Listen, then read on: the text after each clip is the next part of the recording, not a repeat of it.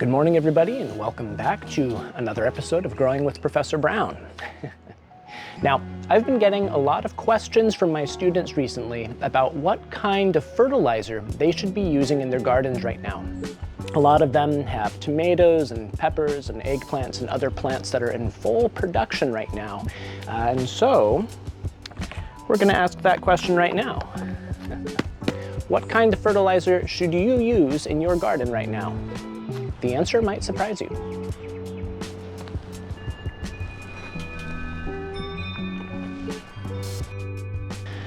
Now, first things first, I'm going to teach you a secret, something that one of my favorite professors, Dave Lannom, taught me. Now, here you might see, I guess I could do a close-up later, you might see that we have some citrus food. A question that I've heard many times is, could I use this citrus food on my tomatoes, or could I use it on my roses? Really, what's the difference between all of these different blends? I'll tell you the secret. To use this citrus food on your tomato plants, what you have to do is, before you put this food on your tomato plant, you go like this. Now, when you use this fertilizer on your tomato plants, they won't know that you're feeding them the wrong food. Okay, all joking aside, yes, there are many different blends of fertilizers out there, and some of them are made for specific types of fruits and vegetables, trees, and what have you. But you'll notice when you're looking at the ingredients on the label that many of these fertilizers have the same or very similar ingredients. A lot of times the product name makes it sound like it's made for something completely different, but if you actually read the label, you'll see that it's basically the same stuff. What does matter is the NPK, the 3 numbers on the front of the bag or the bottle. NPK stands for nitrogen, phosphorus, and potassium. Nitrogen helps your plants grow big, leafy tops. Phosphorus supports root growth and helps with flowers and fruit. And potassium is for overall plant health. It helps the stems get stronger and makes your plants more resilient. So instead of going by the name of the bag, check the NPK and match it to what your plants actually need. Now, when we take a look at the back of this starter fertilizer, we can see that this is quite different from a lot of the other general fertilizers out there. When you look at the extra ingredients, now, notice on the back of this bag, we have different kinds of bacteria in here. These are all bacteria that benefit the soil. By the way, for those of you who go, ooh, bacteria, why is there bacteria in the bag? Well, remember that 99% of the bacteria out there is good bacteria. There's not a lot of bad bacteria out there. It's out there, but most of the stuff out there is good stuff. So this is good bacteria that's going to help your soil out. We also have quite a few different kinds of mycorrhizal fungi, which of course is that fungus that connects to the roots of your plants and helps to extend the root system. So that's good stuff to have when you are planting new plants in the garden. Now, for those of you who are growing different kinds of summer fruits, or vegetables as we like to call them, that's a good question. Is a tomato a fruit or a vegetable? Depends on who you ask. We'll talk more about that later. Now, back to the fertilizer. It is important to make sure that you have the right balance when you're feeding something like a tomato or a pepper or an eggplant, especially this time of year when you are in really heavy production.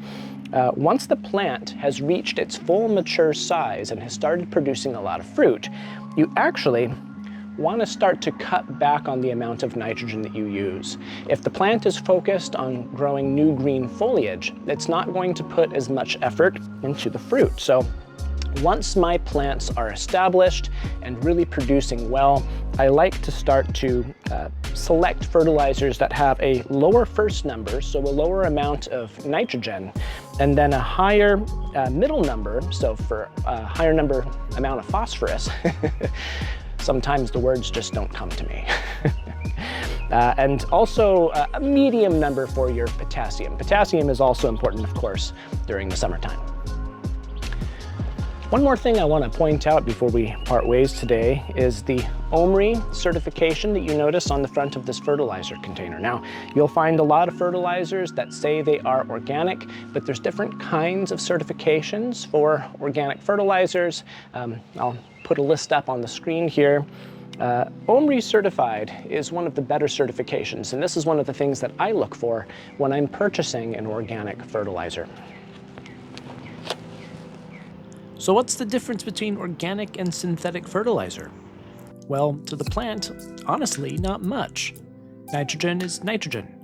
The roots don't know where it came from. But it does make a difference to the soil. Synthetic fertilizers give your plant nutrients fast, like a quick snack, but they don't do much to support the life in your soil. In fact, too much can actually harm and kill beneficial microbes and make the soil inhospitable to worms and other detritivores. Organic fertilizers, on the other hand, feed the soil. Compost, worm castings, fish emulsions, all that good stuff breaks down slowly, and that helps build healthier soil over time. For years in my class, I've played a Joe Gardner video where he explains all of this way better than I can. I've always loved his line, and I've got to steal it here.